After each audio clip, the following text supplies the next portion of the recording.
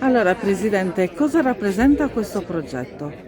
Rappresenta la risposta ad una domanda che è presente da tanti anni nei territori del Flumini di Quartu e di Sant'Isidoro a Quartuccio. Molto semplicemente gli abitanti di queste due zone chiedono un servizio di trasporto pubblico locale. Sono delle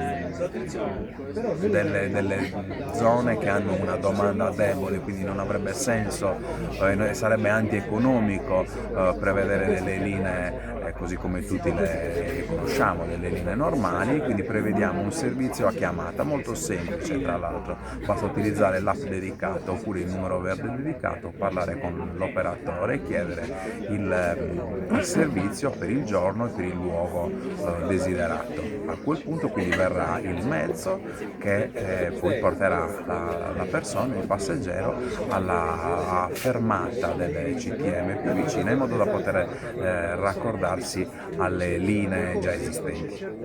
Grazie mille. Grazie.